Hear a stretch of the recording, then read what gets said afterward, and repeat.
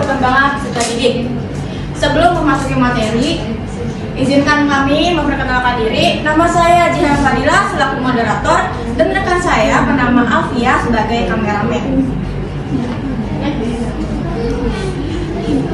Nah, yang pertama itu ada pengertian bimbingan dan konseling. Nah, bimbingan konseling ini atau yang kita kenal sebagai BK berasal dari dua kata. Yang pertama itu bimbingan dan konseling yang memiliki banyak makna menurut para ahli. Salah satunya yaitu ada Bimo Malito tahun 2004, di mana bimbingan merupakan bantuan pertolongan yang diberikan kepada individu atau sekumpulan individu yang memiliki masalah dalam bidang entah itu dalam bidang pendidikan, karir maupun hidup untuk mencapai kesejahteraan hidupnya. Kemudian ada Insama pada tahun 2004, yaitu konseling adalah suatu hubungan profesional antara seorang konselor dengan kliennya. Jadi mereka ini memberikan bantuan kepada orang-orang yang ahli dalam bidang konselor dengan kliennya agar nanti tidak menimbulkan kekurangan dalam menjalani kegiatan konseling ini.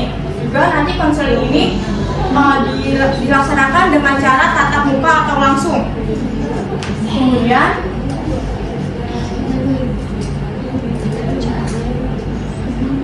Kemudian surat keputusan Kemendikbud nomor 25. Jadi jika digabungkan, bimbingan konseling itu adalah salah satu layanan bantuan yang diberikan kepada peserta didik secara perorangan atau sekelompok agar mandiri dan berkembang secara optimal dalam bimbingan pribadi, karir, agar mereka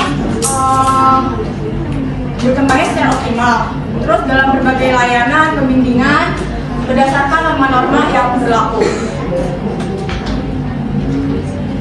Kemudian yang kedua, di sini ada tujuan, fungsi, prinsip bimbingan dan konseling. Tujuannya itu ada merencanakan kegiatan penyelesaian studi, perkembangan karir dan serta kehidupan peserta didik di masa yang akan datang. Contohnya, misalnya kita di kelas 3 SMA, pasti kita kan habis selesai studi ini kita kan arahnya mau kemana? Apakah mau kuliah kah, mau kerja kah? Kalau misalnya rencana mereka tuh mau kuliah. Nah, peran bimbingan konseling ini sangat penting di sini agar nanti jurusan yang mereka pilih ini sesuai dengan potensi mereka, gitu. Agar nanti dia nggak menyesal nanti di masa depan yang akan datang. Kemudian yang kedua, menyesuaikan diri dengan lingkungan pendidikan dan lingkungan masyarakat. Nah, penyesuaian diri itu kuncinya adalah beradaptasi, entah itu dalam adaptasi lingkungan masyarakatnya ataupun lingkungan di pendidikan, entah itu dengan tingkah laku berbagai orang-orang, kita harus beradaptasi. Kemudian yang ketiga, membantu mengatasi hambatan dan kesulitan yang dihadapi peserta didik dalam studi dengan menyesuaikan dengan lingkungan pendidikan dan masyarakat. Jadi untuk membantu mengatasi kesulitan tersebut kita harus menyesuaikan dengan lingkungannya. Tidak bisa sembarangan, terus sesuai porsinya masing-masing.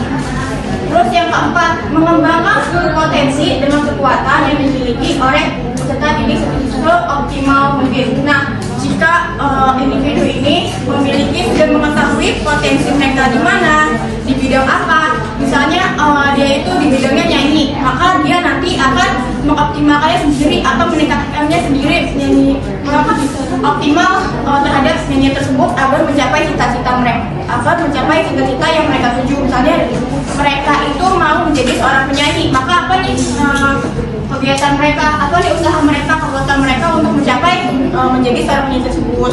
Kemudian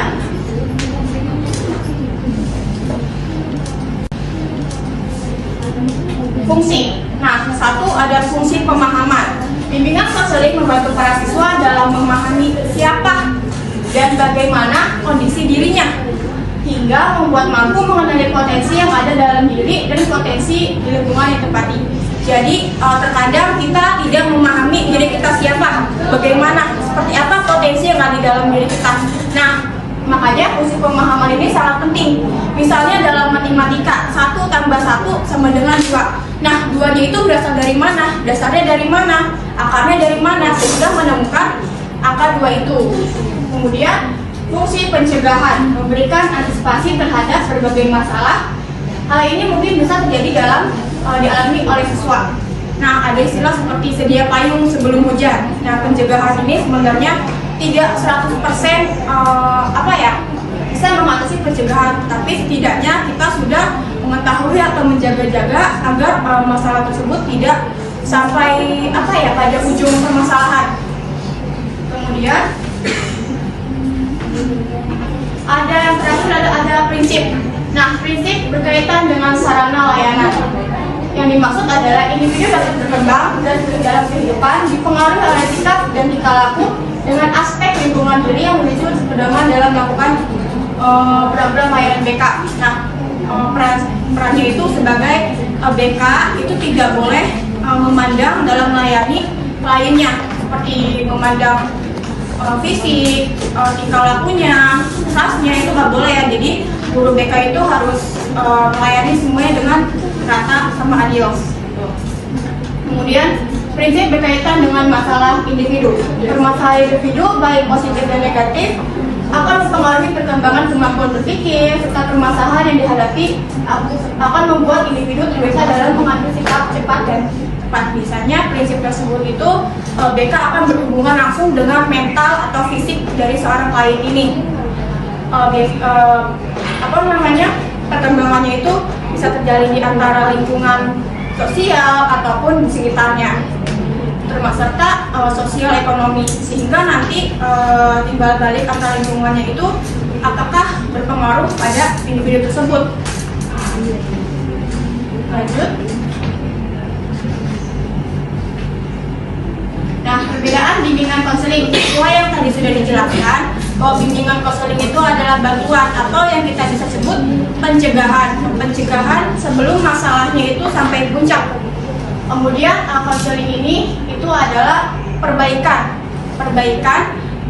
dari permasalahan yang sudah sampai puncak gitu. Jadi untuk mengatasi masalah seperti apa, bagaimana, dan itu juga harus ditangani oleh orang-orang yang benar-benar ahli dalam bidang konseling ini.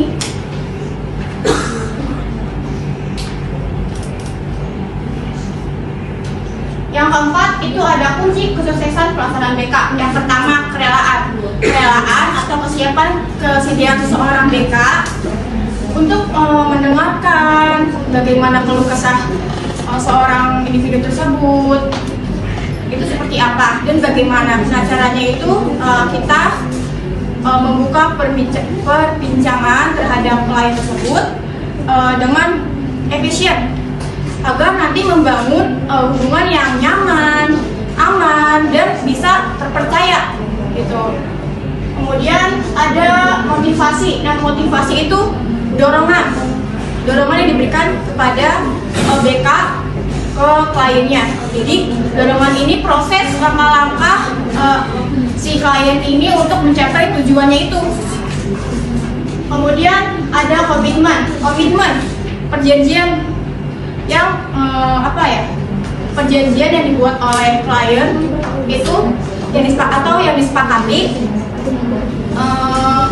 akan mencerminkan tekad mereka untuk mencapai tujuan atau berbuat yang lebih baik lagi. Kemudian Linda Supriyanti bertanya kepada kelompok 12. Tadi kan di slide-nya ada fungsi pemahaman sama fungsi pencegahan. Nah, di sini kan peran bimbingan konseling itu atau guru BK kan harus membantu para siswanya kan, kayak keluh kesah mereka di lingkungan sekolah kayak gimana. Terus gimana sih empati dia sebagai guru BK kepada anak-anak muridnya. Nah, pertanyaannya nih, menurut teman-teman, bagaimana sikap profesionalisme terhadap guru BK yang kurang dipercayai si anak murid untuk konsul terkait permasalahan di lingkungan sekolahnya? Kedudukan diagnosis kesulitan belajar dalam proses pembelajaran.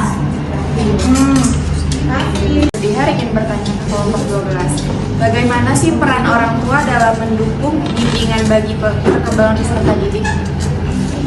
pertanyaan dari Linda. Makanya jawabannya ini pertanyaannya gimana menurut kita mengatasi atau menghadapi bimbingan konseling yang kurang dipercaya. Natwa mana Natwa? Makanya bimbingan konseling itu harus benar-benar orang yang ahli dalam bidang konseling ini. Kenapa? Karena mereka kan belajar nih tentang kode etika sebagai bimbingan konseling itu seperti apa, kompetensinya seperti apa. Makanya harus bimbingan konseling ini sesuai dengan ahlinya, tidak boleh sembarangan orang. Kalau sembarangan nanti kan bisa kayak menyebarkan konseling informasi yang diberikan oleh individu atau peserta hidupnya kan. Makanya harus mencari orang yang ahli dalam bidang ini agar nanti menciptakan rasa nyaman, aman, dan percaya gitu. Terus yang bagaimana menurut teman-teman tentang guru bimbingan konseling yang kurang dipercayai? Jadi kayak jadi intinya guru bimbingan konseling itu anak-anak nggak percaya sama gurunya konseling. Gurunya itu kayak suka nyebarin berita yang kita sebarin gitu. Kemudian yang pertanyaan Najwa, tadi Najwa bagaimana kedudukan diagnosis kesulitan belajar dalam proses pembelajaran? Diagnosis itu kan kayak gejala.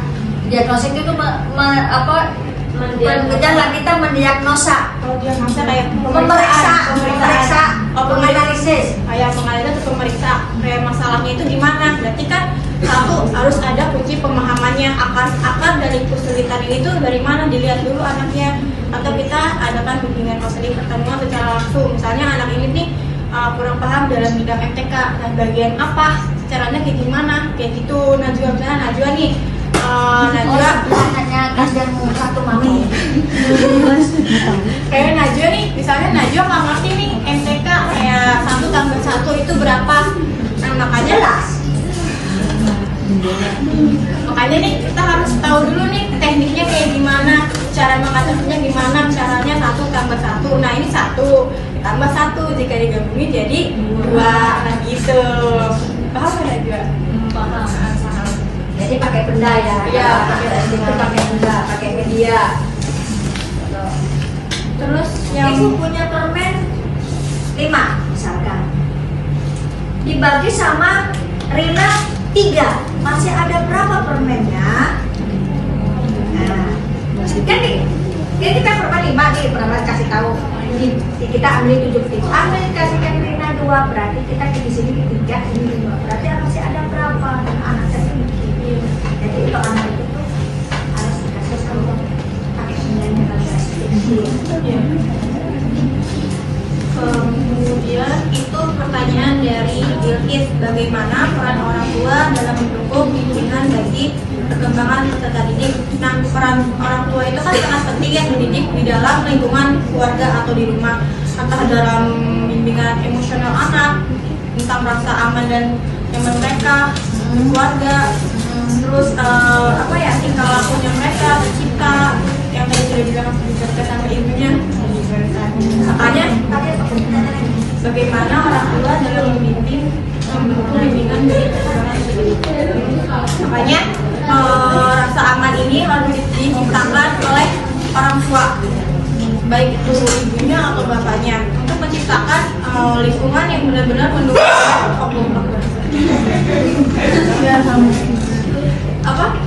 untuk mendukung mereka dalam pembelajaran. Nah itu loh.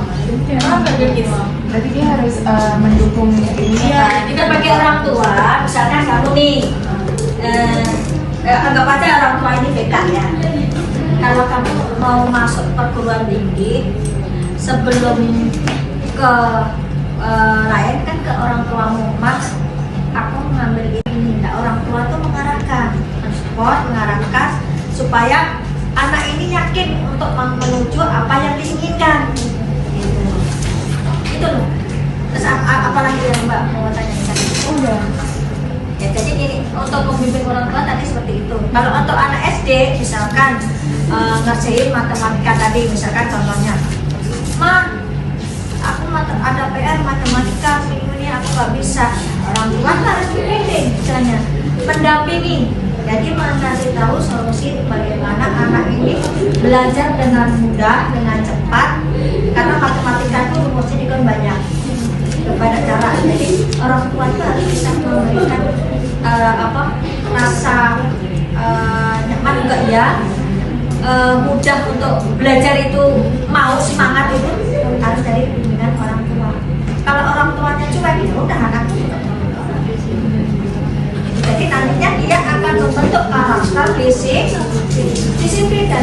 jawab itu. Tangan timbul sendiri dengan orang tua. Jadi makanya kalian sekarang itu sering-seringlah komunikasi dengan orang tua. Curhatlah kepada orang tua. Jangan ke tetangga kanan kiri belakang depan. Bukannya nyelesain masalah, nambah masalah. Yang stres siapa? Kamu sendiri. Ya nggak? Di depan kamu manis, di belakang kamu musuh. Santai kali. Oke? Tapi kalau misalnya orang tuanya itu sibuk dalam pekerjaan dari pagi sampai sore, ada yang sampai malam, kan kita nggak ketemu, terus nggak komunikasi itu gimana? Nah, itu selain ibu alami. Anak yang curhat seperti dia. Mama aku kan sibuk kerja terus, kadang orang tua juga buat alasan juga, padahal udah pulang sore alasannya sibuk ini, pengen nongkrong sama orang-orang sosialita juga. Kita juga harus sebagai anak, apalagi di usia kalian harus pantau. Kemana dia? Papa aku, mama aku tuh sibuknya bener sibuk pulang lembur atau sibuk aku nggak ngomong. Nah, sibuknya apa nih? Itu harus kita pantau. Nah, karena apa? Satu, anak yang kurang perhatian dari orang tua, terutama komunikasi, larinya anak itu apa? Bukan, dia jadi di sekolah itu bisa jadi caper, hiperaktif dan sebagainya. Dia butuh perhatian karena di rumah pun tidak mendapatkan perhatian dari orang tuanya karena orang tuanya sibuk.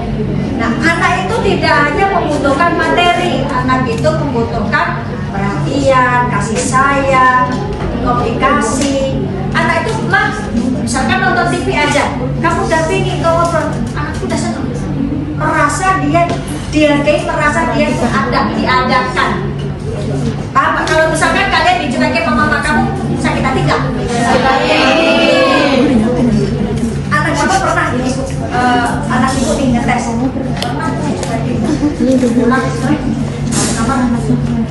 Nggak ditanya ke apa? Dia berarti jawab, mah kalau tahu gini mah ngapain dilahirin? Jawaban singkat tapi Yakinkan. kena langsung kena tusuk ke itu bener. Makanya setiap ibu pulang, Dek, pada sholat belum? Nah, cuma gitu aja deh, udah jawabnya. Dek, udah mandi belum? Gitu doang udah. Pernah ibu ngetes itu selama 3 hari kalau misalnya. Jawabannya itu, mah tahu gini mah nggak usah dirayu. Apa kalau di rumah tuh dianggapin patung gitu? Kenapa aja? Itu udah kenapa? Jadi ini gitu ya. Jadi kalau orang tua kalian jawabannya itu, mah tahu gini mah nggak usah dirayu. Apa kalau di rumah tuh dianggapin patung gitu? Kenapa aja? Itu udah kenapa? Jadi ini gitu ya.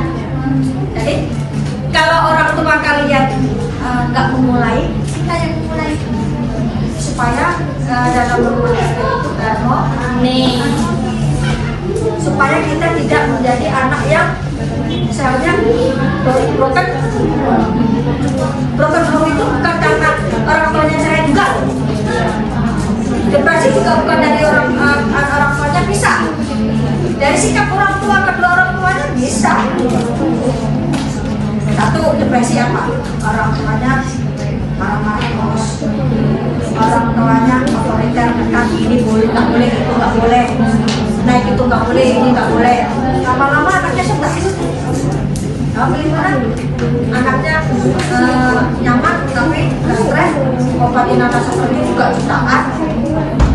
Anak bisa, anaknya pengen ekonomi, mamanya suruh hukum. Pokoknya kalau nggak mau hukum, nggak usah nikmat. Akhirnya anaknya ikuti. Tengah semester anaknya stres, giliran depresi, obatin sampai jual tanah satu. Salah siapa? Itu makanya kita sebagai orang tua tidak boleh maksa kehendak orang tua kepada anaknya. Biarkan anaknya itu memilih masa depannya sendiri dengan kita pantau, dengan kita arahkan. Kalian kesini ya, atas kemauan siapa? Siapa yang atas saran orang tua? Ayo, aku. Ibu nggak ngaku, ibu udah kelihatan. Jadi siapa ya? Misalkan kalian kuliahnya pengennya di teknik, mamamu pengennya masuk di sini. Menurul ini di sini, menurul. Meskipun kalian jalan, tapi di sini artinya menurul. Ilmunya nggak akan nangkep. Beneran. Tapi kalau kamu mengikuti kemauan orang tua, kamu ikhlas, kamu ridho, ilmunya nyambung. Beneran. Meskipun kamu jalan, tapi hati kamu menurul. Masa bodoh, nggak pernah.